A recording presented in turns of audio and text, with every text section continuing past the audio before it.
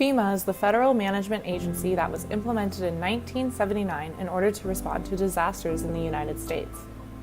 There was a huge lack of adequate relief from Fema for Puerto Ricans after Hurricane Irma and Maria due to the disconnection between the agency and the way that property rights are awarded in Puerto Rico.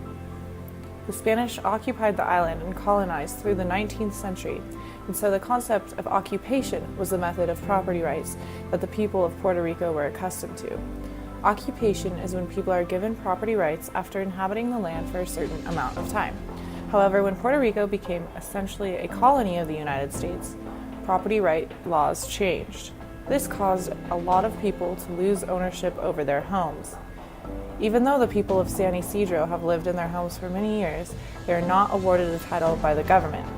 Technically, the municipal owns the land in San Isidro and allows the people to live in it. This causes a huge bureaucratic issue within Fema. In order to qualify for any financial relief due to disasters like Hurricane Maria, Fema requires proof of property ownership. Therefore, majority of Puerto Ricans never received any sort of aid. FEMA says that their purpose is to provide financial assistance and direct services to eligible individuals and households who are uninsured and underinsured.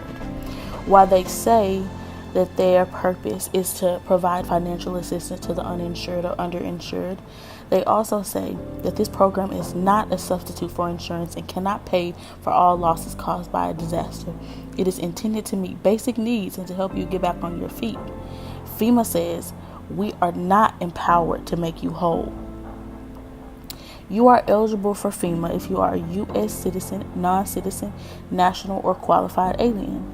FEMA must be able to verify your identity, and you are also eligible if your other forms of disaster assistance received cannot meet your disaster needs. He submitted his application to FEMA in November, and it took about 20 days for FEMA to get back to him to then say that they would not be giving any aid and that he didn't qualify for any.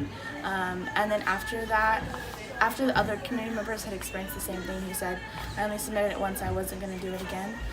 So the company Techo came in here and then made 24 houses, and those were the people that didn't get FEMA aid. The houses that they did create here, a lot of them weren't finished. So he's saying that that the rules of FEMA he thinks should be changed because only certain people are receiving aid and not others. And in that sense, it doesn't make it fair for the community members that are here. People will get the full amount of aid and then others will get none, and that makes it really hard to distribute the wealth in this particular community. Los gobiernos tienen problemas con los Estados Unidos y esto, y como unos son de un partido y otros de otro, pues a unos le ayudan y a otros no le ayudan más, o sea, le ayudan menos. Yeah. Y entonces pues hay controversia.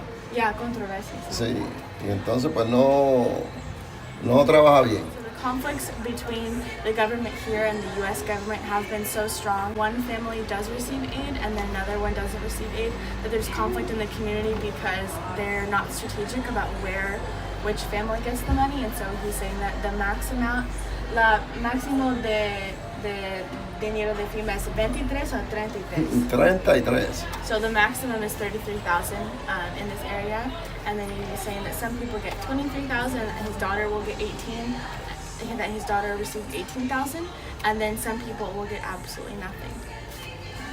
So, the companies that have come in here is Puma, which is the company that makes these techo houses, and then there's this other American volunteer group that came in here, and then us, and then he's saying that we helped him the most out of everyone, and that we are the last group that has come in here to help him particularly fix up this house and the ceiling and other things that need to be done. In the community of San Isidro, there was a very low amount of support from FEMA, especially because many of the people that live in this community don't have titles to these houses.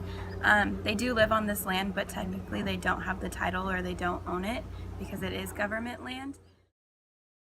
After Hurricane Maria destroyed most of the infrastructure, the island had no means of feeding the population.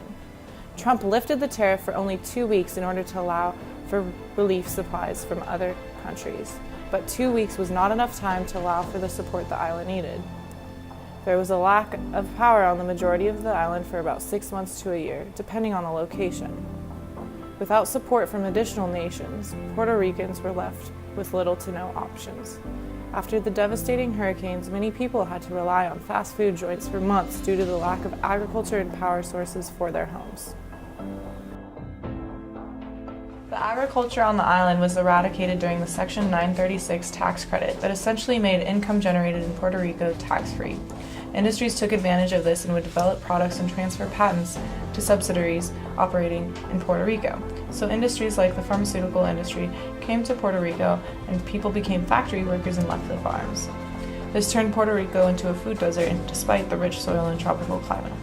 Although the tax benefits were eradicated, agriculture was never regenerated. We've had a couple of lectures from faculty members at the University of Puerto Rico, and we've learned that FEMA hasn't been super present after Hurricane Maria, especially in the community of San Isidro, which is what we're working in right now.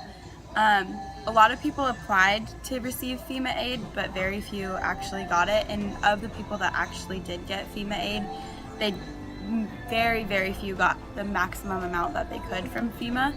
And in this community of San Isidro, there was barely any aid from FEMA.